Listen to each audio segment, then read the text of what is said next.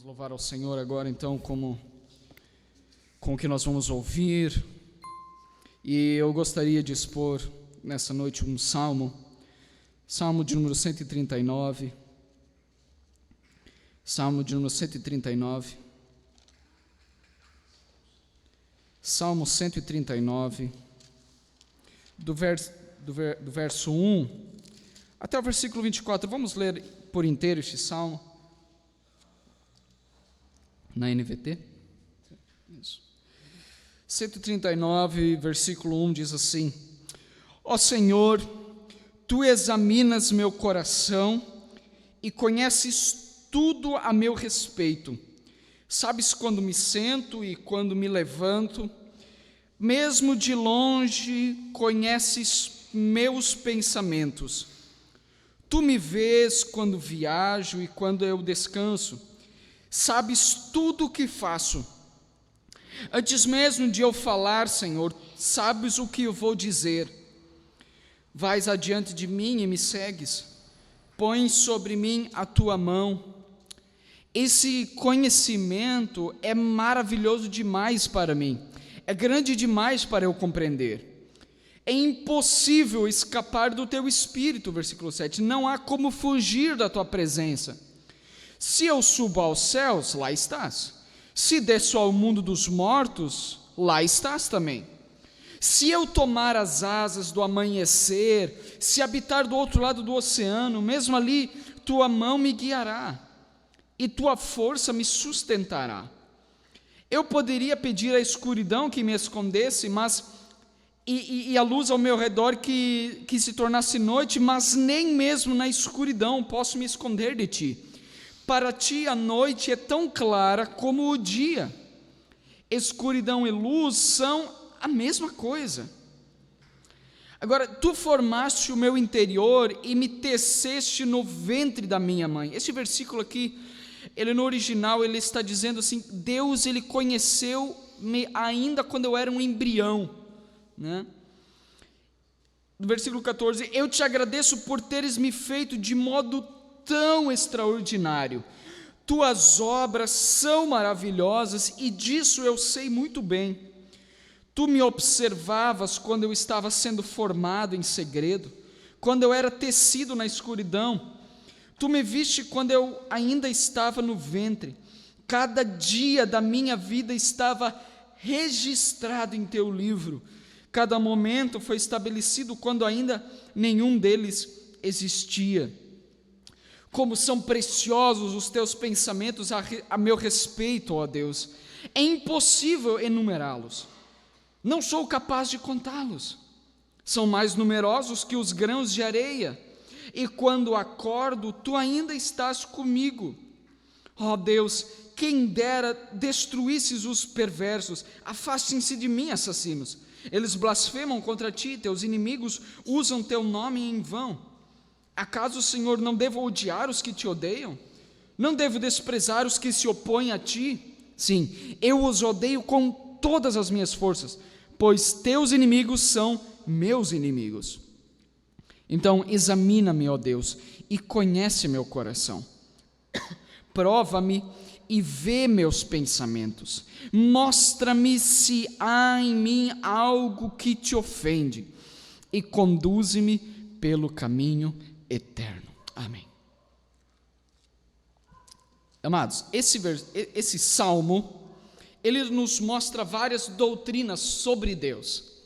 Apesar do termo doutrina hoje ser amplamente usado, e na maioria dos contextos evangélicos ele é usado de forma errada, doutrinas são as confissões ou aquilo que a Bíblia diz que nós devemos crer, que é essencial para se manter a nossa fé. Doutrina, a maioria das pessoas dizem: nós vamos ter culto de doutrina. Então as pessoas pensam: hoje vai ser um culto onde o pastor vai falar sobre as regras da igreja, né? Geralmente nós entendemos isso por doutrina. Porém, doutrina são as bases que nós cremos que são essenciais, ou seja, coisas essenciais que nós cremos a respeito de Deus, da palavra, da salvação, de Jesus Cristo, que são essenciais para manter a nossa fé. Este salmo aqui, ele está repleto de doutrinas, conhecimentos sobre Deus. Este salmo, ele fala apenas sobre Deus. Ele fala só sobre Deus, sobre as obras de Deus, quem Deus é, como Deus faz, o que Ele faz, como Ele é. E nós queremos meditar sobre quem Deus é, sobre como Deus é, algumas doutrinas essenciais. E vamos ver como nós encontramos Cristo através deste salmo aqui. E quanto mais nós conhecemos a Deus, João Calvino dizia assim, que quanto mais nós conhecemos a Deus, mais nós nos conhecemos. Isso é verdade, porque como o versículo diz assim, no versículo 13, tu formaste o meu interior. Então quem nos forma, quem é o Criador, é Ele que nos dá a identidade. Então quanto mais conhecemos de Deus, mais nós vamos nos autoconhecer também, não é?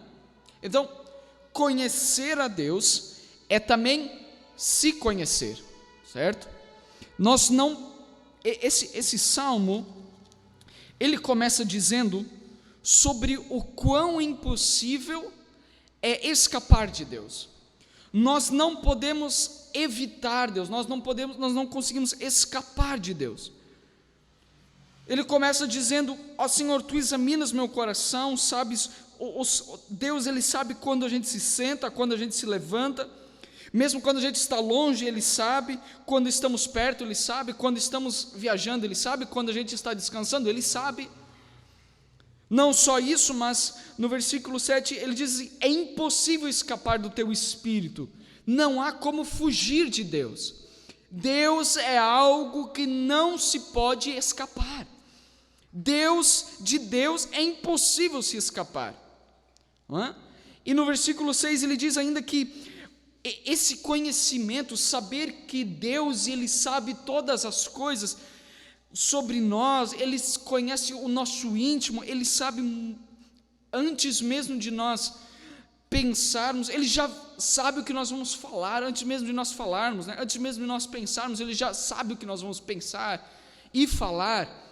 Quando Davi, ele medita sobre isso, ele diz: pensar sobre isso é demais para mim, é impossível compreender Deus dessa forma. Ele diz: Deus sabe tudo antes mesmo de pensarmos, Deus sabe todas as coisas.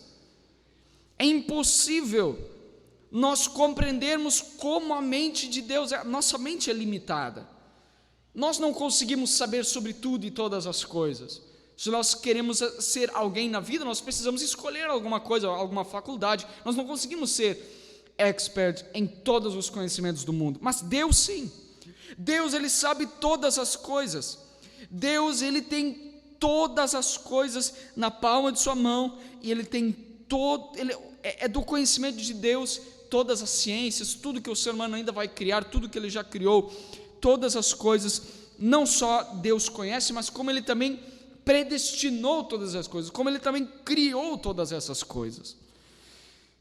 Então este salmo é sobre um Deus que é uma ameaça ao ímpio, ao pecador. Sim, esse Deus é uma ameaça a qualquer pecador. Nós vamos ver isso, por exemplo, em Adão e Eva. Quando Adão e Eva pecam, a primeira coisa que eles fazem, eles se escondem de Deus. Eles têm medo de Deus, vergonha e medo de Deus. Então a primeira reação do ímpio é de se esconder, é de manter distância de Deus. Este é um salmo que Davi, ele fala no versículo 7, é impossível escapar. Eu até queria, se eu subir aos céus, tu estás lá também. Agora, se eu fugir para o inferno, para o mundo dos mortos, tu estás lá também. Se eu tentar ir para o outro lado do oceano, lá tu estás também. É impossível escapar de Deus. É impossível. Deus é esse Deus que nós poderíamos dizer dele, Ele é um Deus claustrofóbico, né? Ele está em todo lugar, Ele Ele sabe todas as coisas, Ele está ao nosso redor em todo o tempo, Ele observa tudo, Ele vê todas as coisas. Deus é esse Deus. Deus sabe de todas as coisas. E para o ímpio, como ele quer fugir de Deus, o ímpio, Deus, para o ímpio, ele é uma ameaça. Este salmo relata um Deus que é uma ameaça para qualquer pecador, para qualquer ímpio. Ele é soberano, Ele é onipresente, Ele é onisciente, Ele é justo, né? Por isso que Davi, ele diz no versículo 6, esse conhecimento é muito maior do que eu posso compreender, é grande demais para eu compreender, é muito grande para eu compreender, não é? Então, Deus sabe tudo e Ele vê tudo, Ele vê tudo.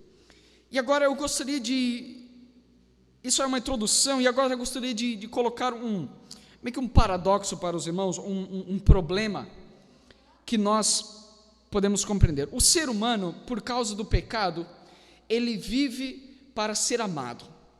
O ser humano, ele tende sempre a buscar autoaceitação, ser aceito na sociedade, ele quer ser amado, ele quer ser conhecido, ele ama isso. O problema do ser humano é que ele quer ser visto, ele quer ser notado, ele quer ser famoso, ele quer que as pessoas o amem, ele quer ser notado por toda a humanidade, não é? Isso está ligado ao fato de nós sempre queremos ser amados, nós queremos nos sentir especiais, nós amamos ser amados, né? Nós queremos conviver com pessoas, nós queremos estar perto. Tem um filme que retrata muito bem isso, onde toda a humanidade foi extinta, sobrou apenas um homem. Aí no começo tudo maravilha, né? O mundo sobrou inteiro para ele, né?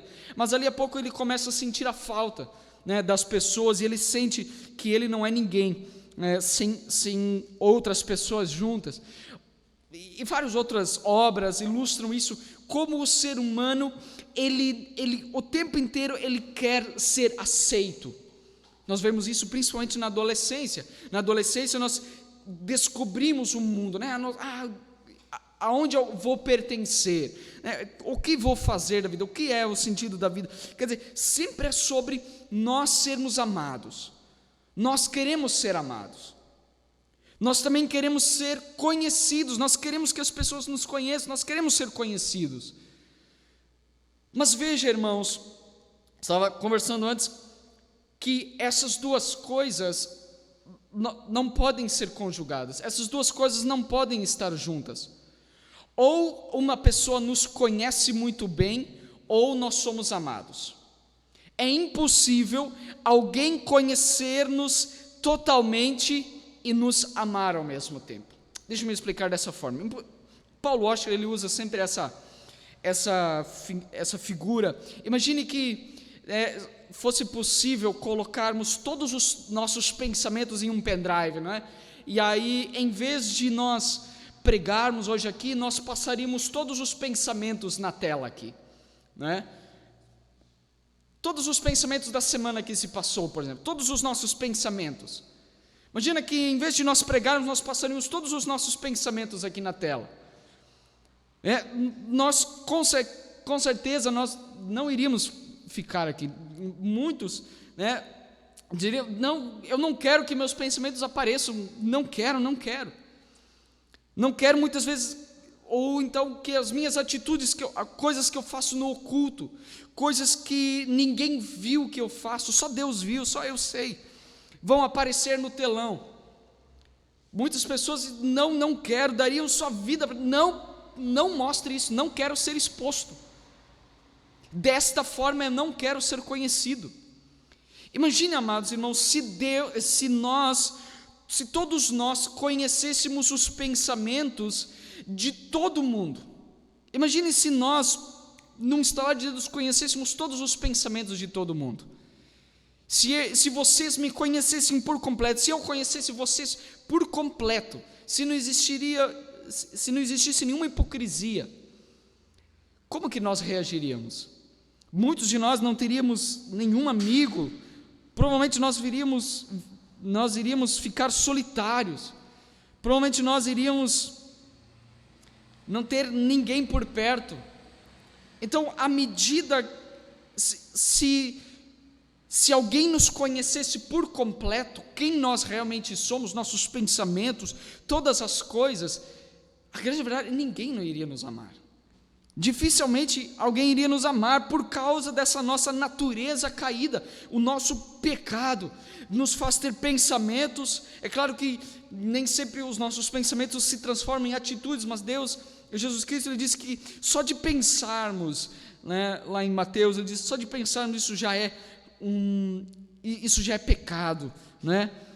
Então, imagine que tragédia seria, né, se todos nós conhecêssemos cada um de verdade. Então, é impossível nós conhecermos uns aos outros e ao mesmo tempo amar uns aos outros, totalmente, não é?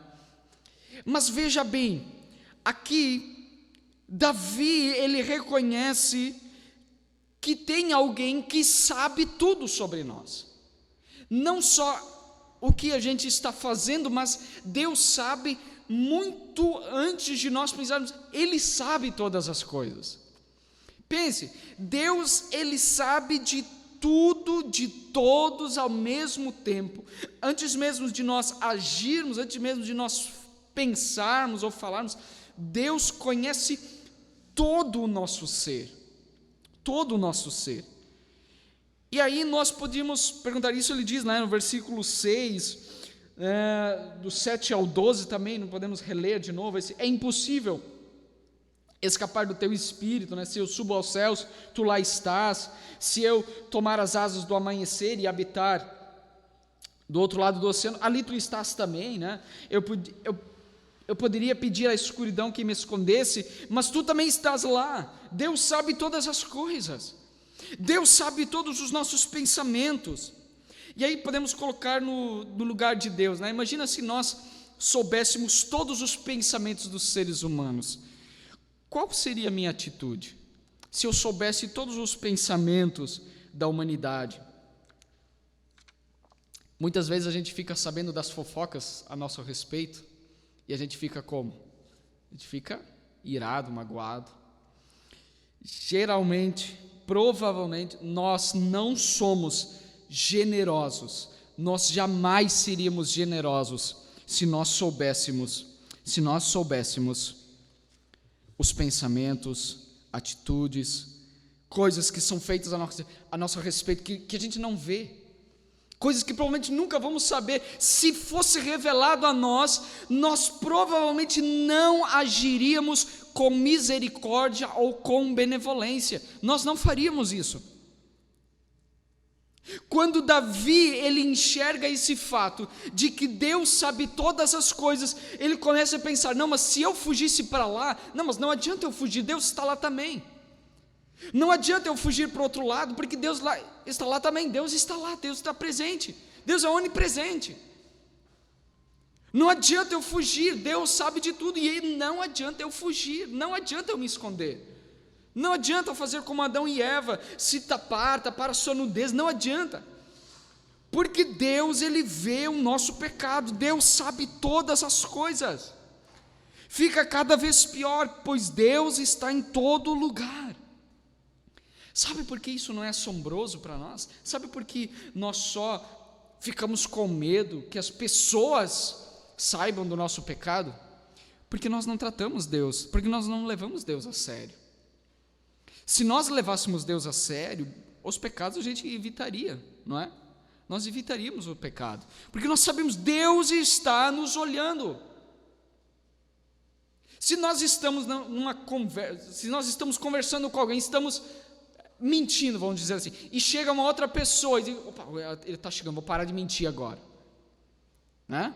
Para que a outra pessoa não descubra.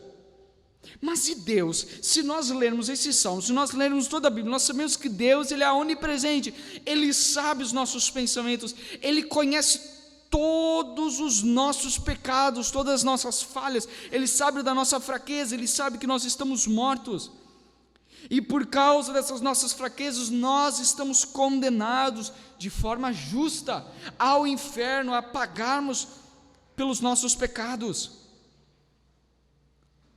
Então, em segundo lugar, Davi, ele reconhece que Deus nos conhece, Ele me conhece, Ele sabe tudo a meu respeito, mas que é engraçado que Deus não usa isso contra nós.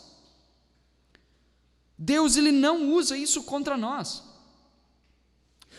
Se nós conhecêssemos, se nós tivéssemos acesso aos pensamentos de Deus, se nós soubéssemos de tudo que as pessoas falam de nós, se nós soubéssemos de todos os pensamentos da humanidade, nós não agiríamos com misericórdia. Mas Davi, ele olha para Deus e ele diz, mas veja bem, Deus, ele não usa esse conhecimento que ele tem a respeito de nós contra nós. Quem repete isso também é Paulo, em Romanos 8:31, vamos ler esse versículo, Romanos 8:31, vamos ler esse versículo, Romanos 8:31, Deus conhecendo todo o nosso ser, todos os nossos pensamentos, Ele não usa isso contra nós. Que podemos dizer diante de tantas coisas maravilhosas? Se Deus é por nós, quem será contra nós? Paulo, ele afirma dessa forma. Ora, se Deus, mesmo nós sendo pecadores, está ao nosso favor, quem poderia se opor a nós? Paulo está afirmando, Deus é a favor de nós. Mesmo Ele conhecendo o íntimo do nosso ser, mesmo Ele conhecendo todas as coisas, como Davi, ele expressa isso, Ele sabendo de todas as coisas, quando nós identificamos o nosso pecado, quando vemos que Deus, Ele sabe do nosso pecado. E amados, por isso que é tão ridículo pensarmos que devemos ficar com medo, devemos temer os homens quando nós pecamos. Nós devemos temer a Deus quando nós pecamos. Como nós falamos outras vezes, o nosso pecado, ele é contra Deus, ele ofende a Deus. Nós atraímos sobre nós a ira de Deus quando nós pecamos, não a ira dos homens. Nós atraímos a ira de Deus. Deus, sabendo de todo o nosso pecado, sabe como Davi, ele chega à conclusão no versículo 17, Salmo 139, versículo 17, ele diz assim, mas como são preciosos os teus pensamentos a meu respeito, ó Deus. Ele diz assim, tu me conheces, tu sabes todos os meus pensamentos, tu sabes o que eu faço no oculto, mas veja como são preciosos. Esse preciosos, ele vem desse verbo, né? Precioso é tudo aquilo, é o ouro, a prata, veja como é precioso. Veja como é muito precioso os pensamentos que Deus tem a nosso respeito. Antes, Davi estava falando sobre os pensamentos que Deus tinha em nosso. Deus, ele sabe tudo, mas agora em nosso favor, veja como os pensamentos de Deus são maravilhosos. Veja como é maravilhoso o fato de Deus me conhecer, e mesmo assim, Ele tem pensamentos preciosos sobre nós. E isso, é claro, nos lembra de quem? Nos lembra de Cristo. Depois que conhecemos a Cristo, depois que conhecemos o amor de Cristo, a misericórdia de Cristo, nós não temos mais temor. Nós podemos dizer como Davi diz no final, não é? Ele diz assim, examina-me. Davi, ele muda de posição. Veja que no começo do Salmo 139, ele diz assim, para onde eu vou fugir? Eu não quero que Deus saiba sobre a minha vida, eu quero fugir, eu quero distância desse Deus. Igual como o ímpio faz, ele quer distância de Deus. Por que o ímpio quer distância de Deus? Porque ele acha que Deus vai destruir a vida dele. Não, eu não preciso das regras de Deus, eu não preciso que Deus diga o que eu devo ou não fazer, eu não quero esse Deus que fica me controlando, eu não quero esse Deus, eu quero distância desse Deus. E a condenação de Romanos 1, Paulo diz assim, e a condenação que Deus dá é justamente isso, deixar o ser humano em seus próprios prazeres. Romanos 1 diz isso. Que a condenação de Deus é justamente deixar o homem em suas próprias escolhas. Então, é assombroso É assombroso conhecer esse Deus e ver que Ele odeia todo o pecado, e se nós não nos arrependermos, nós iremos perecer no inferno. Todo ímpio que não se arrepender, ele irá perecer no inferno. Por quê? Porque Deus, Ele conhece tudo. De Deus não escapa nenhum pensamento, nenhuma atitude. Deus não é falho em seu conhecimento. Deus, Ele não é falho, Ele não se esquece. Mas Davi, ele muda agora, ele muda no final. No começo ele diz assim: para onde eu vou me esconder com esse todo o meu pecado? Mas no final ele aprende e diz agora: não, mas veja, Deus, Ele tem pensamentos maravilhosos ao meu respeito. Sendo assim, no 23 ele diz assim: examina-me, ó Deus, e conhece meu coração. Ele muda de posição. Ele diz assim: é melhor que Deus me conheça totalmente. É bom que Deus faça um check-up. É bom que Deus faça um escaneamento de mim, que Ele abra o meu coração, que Ele me prove e mostre meus pensamentos, e mostre-me se há em mim algo que te ofende. Ele diz no versículo 24. Por que Davi muda de posição? Como que Davi ele consegue mudar agora de uma hora para outra? Ele muda assim, né? Antes ele estava falando sobre fugir de Deus, já que Deus sabe todas as coisas, mas agora ele está dizendo: Deus, por favor, examina-me e mostra os meus pecados. Sabe, o ímpio, ele sempre vai querer fugir de Deus, se esconder, mas aquele que conhece Deus, assim como Davi conheceu, ele sabe que nada poderia deixá-lo mais contente do que conhecer a Deus. Nada pode nos deixar mais completos do que conhecer a Deus, ser conhecido por Deus. Então, como que acontece essa mudança em nossas vidas? Como nós paramos de fugir de Deus e passamos a querer que Deus examine o nosso coração, que Ele nos mostre os nossos pecados? Como que nós passamos de medo de Deus para o fato de se alegrar no fato de que Deus, Ele está nos olhando o tempo inteiro? Davi, ele percebe que viver para Deus nunca é desistir da vida. A maioria dos ímpios dizem que, para que Deus? Crer em Deus parece que é desistir da vida.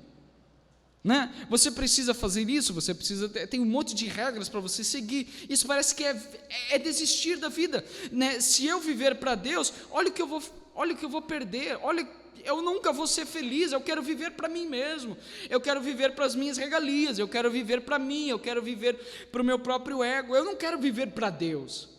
Lembra que nós falamos alguns dias atrás para o que o ser humano ele foi criado? Ele foi criado para a glória de Deus. Mas o ser humano, longe de Deus, ele não quer viver para a glória de Deus, ele quer viver para a sua própria glória, para o seu próprio benefício. Então Davi, ele diz assim: não, é preciso reconhecer que eu não acho a minha identidade procurando o meu próprio prazer, mas eu acho a minha identidade, quem eu sou, olhando para aquele que me formou, olhando para o meu Criador. Ele diz no versículo 13, vamos reler: tu formaste o meu interior, Ele nos formou. Quem sabe, quem nos conhece melhor do que o próprio Criador, amados? Quem nos conhece, quem não conhece melhor o que é melhor para nós do que o nosso Criador? Então Davi diz: não, se viver para Deus é a fonte da felicidade, viver para a glória de Deus é a fonte do nosso prazer, é a fonte da nossa alegria. Viver feliz não é viver para os nossos próprios interesses. É Deus quem formou, é Deus que nos dá nova identidade, é o próprio Deus. Então geralmente, longe de Cristo, nós baseamos a nossa identidade nas coisas que nós temos, nós baseamos nossa identidade no dinheiro que nós temos, nos romances, na fama, no reconhecimento, né, no amor das pessoas, né? Então, quanto mais amado eu sou, né, mais eu parece que eu fico feliz, né? Então, baseamos a nossa vida, a nossa identidade nas coisas daqui, na fama, no dinheiro. Então precisamos, quando a nossa, principalmente no dinheiro, né? Quanto mais dinheiro nós temos, parece que mais a minha vida faz sentido. Mas às vezes, e geralmente acontece assim, Deus, Ele tira todas as coisas para que nós vejamos o quanto nós somos miseráveis sem Ele. Então, Paulo, ele já dizia isso: eu perdi todas essas coisas para que eu pudesse achar a vida, né? Perder fama, dinheiro, amigos, perder coisas aqui no mundo, para o mundo é trágico, é o fim da vida. Só ver o índice suicídios, porque as pessoas esqueceram: eu não tenho mais sentido na vida, não há mais sentido, eu perdi tanta coisa na minha vida, parece que eu estou perdendo a minha vida, eu perdi isso, veja, eu estou tão infeliz, né? Parece que o meu dinheiro, parece que o meu trabalho não me traz mais alegria, não é? Quando a gente começa a perder essas coisas, quando o mundo perde essas coisas, a vida acaba, é trágico, é fatal. Mas como nós lemos no início do culto, o pastor Jonas leu antes, quem quiser seguir a mim tem que perder a sua vida para encontrar a vida. Perder tudo isso é achar a Deus, isso é achar a vida, conhecer a Deus. João 17,13, conhecer a Deus, isso é a vida eterna. Então, quanto mais nós conhecemos a Deus, quanto mais nós conhecemos a Deus, nós encontramos a nossa identidade, nós sabemos, não, Deus conhece tudo a meu respeito, Ele me formou, Ele me conheceu quando eu era ainda um embrião, quando eu estava me formando no ventre da minha mãe. Ele diz: como são maravilhosas as tuas obras, eu sei disso muito bem. Tu me observavas quando eu estava sendo formado em segredo, quando eu era tecido na escuridão. Veja que maravilha isso. Deus estava observando o nosso nascer, Ele sabia quando nós iríamos nascer. É por isso que nós não deveríamos temer a morte, porque crentes, eles sabem que tanto o dia do nascimento como o dia da nossa morte estão já registrados, já estão prontos para acontecer. Nenhum diagnóstico de médico, nenhum hospital irá nos dar um dia mais ou um dia menos na nossa vida do que aquele que já foi determinado por Deus. Deus sabe todas as coisas. Então, para o mundo, isso é assombroso, porque Deus conhece todo o nosso ser, e se nós não nos arrependermos dos nossos pecados, nós vamos morrer em nossos pecados no final, vamos ser condenados. Mas agora, para finalizarmos, como Deus pode ainda olhar para nós, e mesmo sabendo da nossa sujeira, mesmo sabendo do nosso pecado, como que Ele pode nos amar ainda?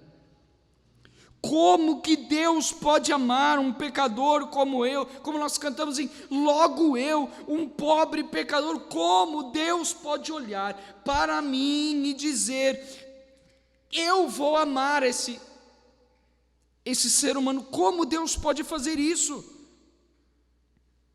Davi, ele chega a essa conclusão: apesar de Deus saber de todos os meus pecados, veja como Deus tem pensamentos maravilhosos a meu respeito. Veja, Davi, ele entendeu o Evangelho melhor do que muitas pessoas entendem o Evangelho hoje. Alguns acham que Deus, Ele nos ama porque um dia Deus, Ele viu que nós íamos fazer o bem, porque um dia o Jefferson ia aceitar a Jesus, né? O arminianismo acredita nisso. Um dia Deus, Ele viu que nós iríamos ser bons, né? Então Cristo, Ele nos salvou, não é? Porque um dia Ele viu que nós... Mas veja, Davi, ele sabia assim, Deus, Ele sabe do meu pecado, Deus sabe que eu não faço nada de bom, mas veja como são maravilhosos os pensamentos que Deus tem a respeito de mim. Por que Davi compreendeu melhor o Evangelho do que muitos cristãos que se dizem cristãos? Porque Davi não conheceu Cristo. Davi, ele não conheceu a Cristo, Deus não sabia quem era Cristo ainda. Davi não sabia, mas ele sabia. Veja que Deus, Ele conhece todo o meu ser, e ainda Deus, Ele tem pensamentos preciosos ao meu respeito. Deus tem pensamentos maravilhosos. Mas como que Deus pode olhar para nós, sabendo da nossa sujeira, e ainda assim nos achar agradáveis? Para isso lemos Efésios 5, 25. Efésios 5, 25. E nós podemos, através deste versículo, nós vamos entender como que Efésios 5, 25. Paulo está falando algo sobre uma mensagem aos maridos, mas nós podemos compreender como Cristo. 5:25, maridos, ame cada um a sua esposa, e agora esse é o ensinamento, né? Como Cristo amou a igreja, Ele entregou a vida por ela, com o objetivo de torná-la santa, purificando-a ao lavá-la com água por meio da palavra.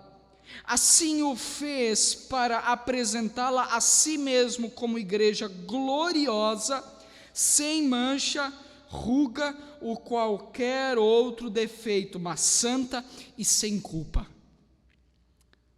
Davi, provavelmente ele não compreendeu como Deus poderia fazer isso, mas ele sabia que Deus tinha pensamentos maravilhosos a respeito. Por quê? Nós já aprendemos aqui que tanto as pessoas antes de Cristo como as pessoas depois de Cristo foram salvas por Cristo. Então nós hoje, sabendo do Evangelho, nós sabemos que Deus, Ele pode olhar para nós, mesmo sabendo de todos os nossos pecados, Ele pode olhar para nós e não nos acusar dos nossos pecados, porque nós fomos salvos em Cristo, pois Cristo levou a nossa culpa. Como que Deus pode olhar para o nosso ser, conhecer todos os nossos pensamentos e ainda assim nos amar? Porque Deus nos ama em Cristo. Cristo recebeu todo o julgamento que nós merecemos. Veja, imagine que Jesus Cristo tivesse lido esse salmo: examina-me, ó Deus, e tu conheces todos os meus pensamentos. Deus não poderia encontrar nenhum pecado em Jesus Cristo. Não há nenhum pecado em Jesus Cristo. Esse salmo não é para Jesus Cristo. Não há nenhum pecado em Jesus Cristo.